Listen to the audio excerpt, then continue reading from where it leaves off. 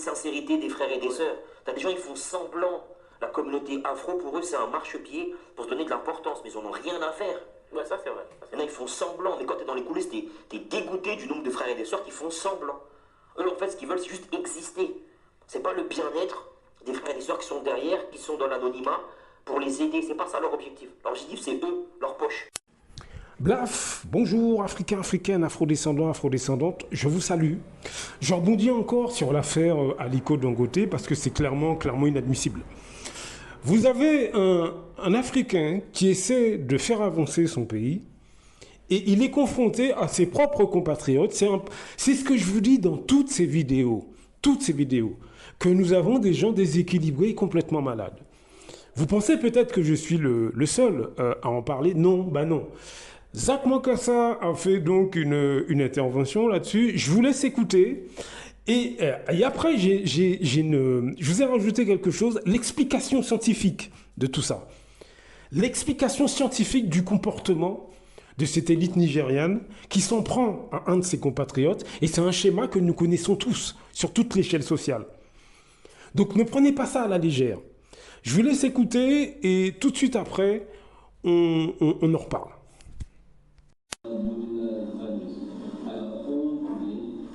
Notre production, vous l'avez vu et testé, de 87 parties par million. Et lorsque vous viendrez même lundi, elle sera de 50 parties par million. Ce qui se passe au niveau de la population locale, la population pauvre. Ah, il est sérieux de moi, d'ailleurs, ton histoire là, c'est n'importe quoi. Les chaussures de Chine, c'est exactement ce qui se reflète au plus haut sommet de l'État. Voilà. Donc quand vous avez un président qui est un malade, si c'est un président impoli, irrespectueux, fou, qui se comporte comme un gamin, ce n'est pas parce qu'il est président, c'est simplement une réflexion de qui vous êtes. Votre président est le reflet de votre société. Votre ministre des hydrocarbures est le reflet de votre société.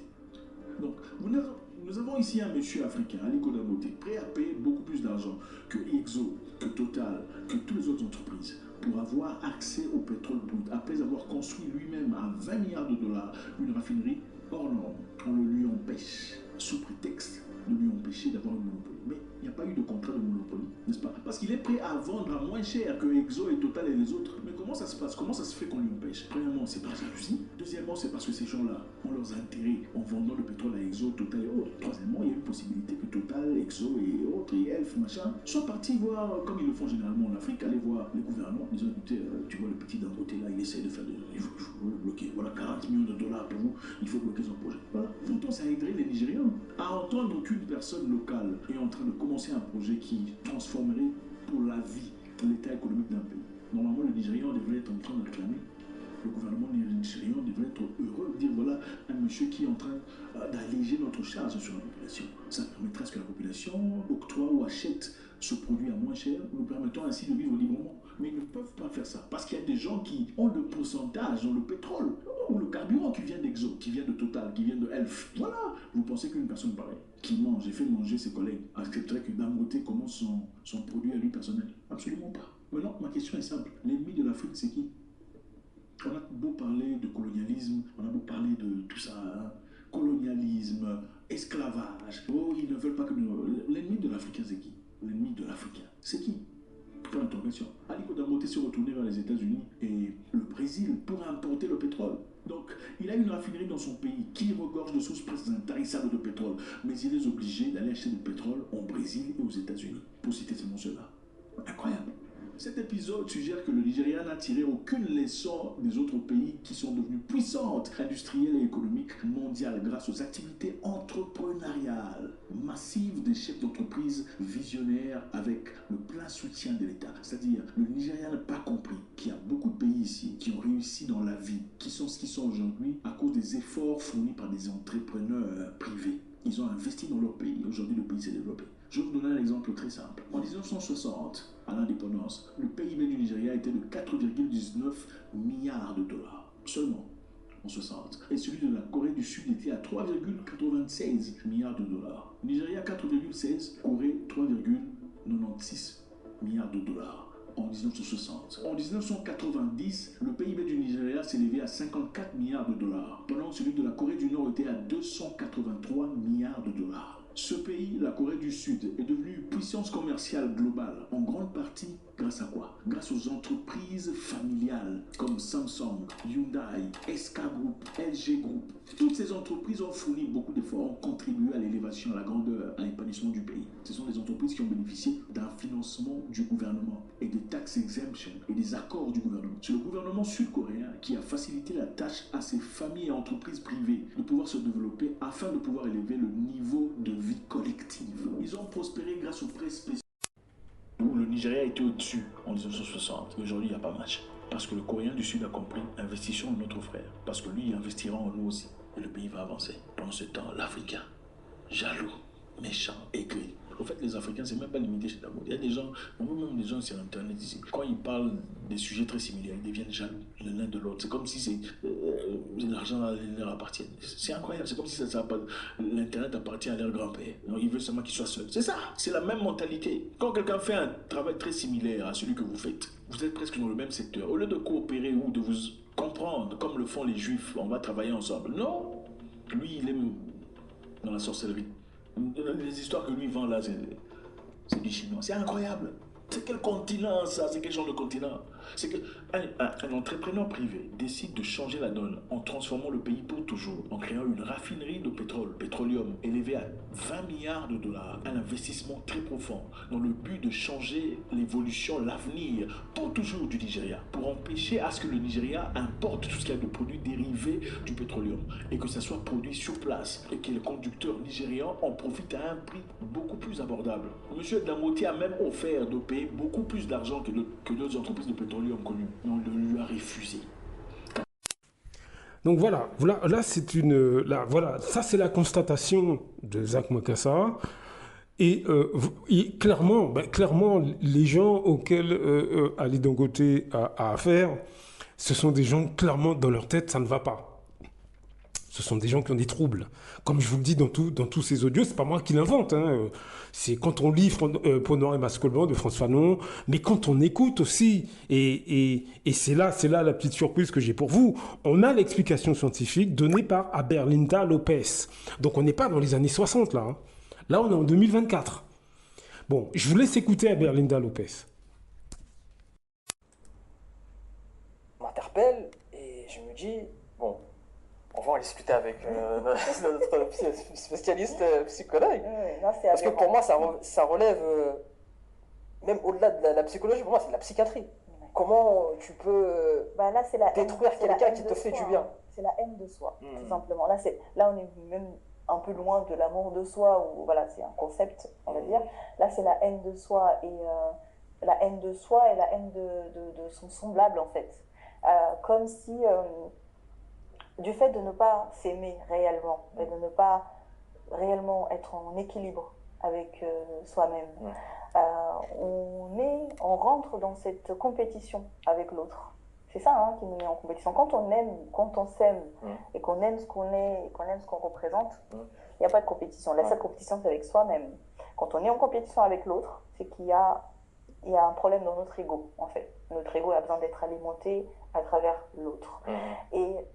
Et malheureusement, ça c'est très présent chez nous, où notre ego est finalement très éméché, très fragilisé.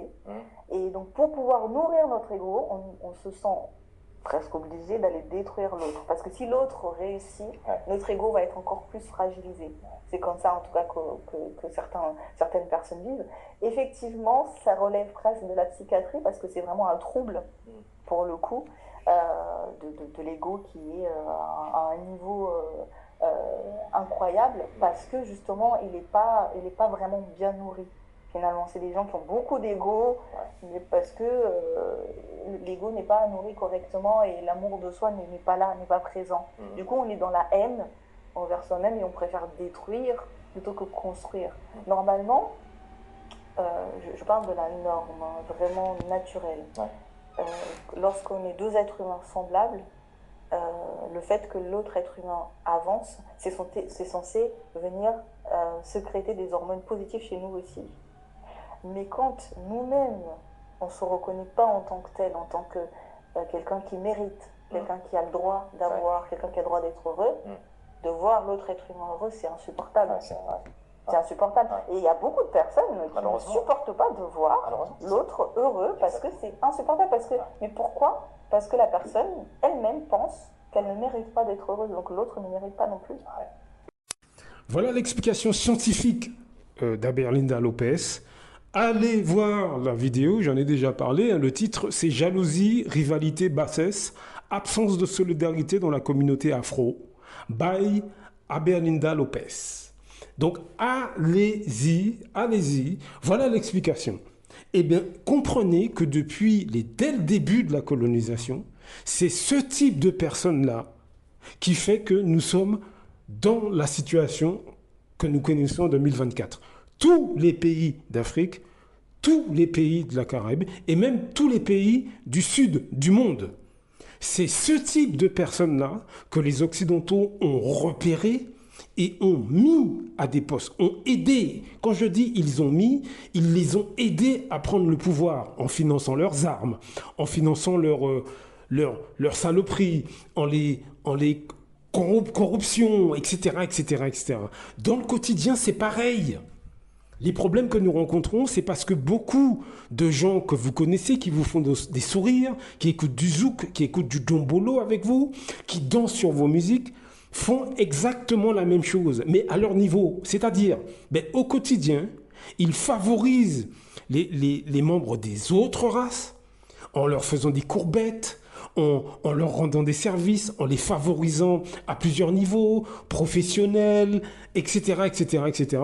Mais par contre, vis-à-vis de leurs semblables, c'est du mépris, du dédain. Ils vous jalousent parce que vous essayez d'avancer. Ils vous cassent, ils vous calomnient dans vos projets. C'est pour ça. Le truc, c'est que ces personnes changent de visage. Devant vous, ils paraissent normaux. Devant vous, c'est votre frère, c'est votre sœur, c'est votre cousin, votre cousine, votre père, votre mère, votre neveu, votre nièce, que vous connaissez depuis des années, c'est votre ami, homme ou femme. Il vous fait des sourires. Vous le connaissez depuis longtemps, vous passez du temps au téléphone avec lui, mais il vous hait racialement parlant. Mais il ne vous le dit pas. Eh bien, c'est pour ça que nous avons beaucoup de difficultés. Beaucoup au niveau des masses populaires, dans notre quotidien.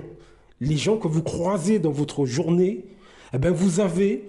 Je ne dis pas que tout le monde est comme ça dans votre entourage. Ce n'est pas ce que je dis.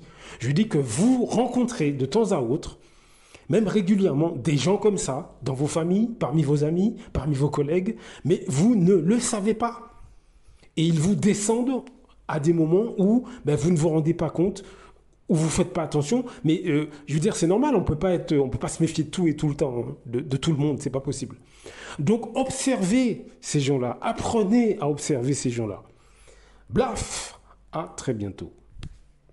Beaucoup d'Africains se lèvent contre des autres Africains. C'est généralement à travers la corruption. L'Europe, l'Occident le sait. La meilleure façon de faire tomber un Africain qui se lève pour les intérêts des Africains, il faut aller corrompre ses amis ou ses compatriotes. C'est comme ça, c'est toujours à cause de l'argent. Celui qui a fait tomber son car, elle a fait beaucoup. C'est parce qu'il voulait être son car à la place de son car.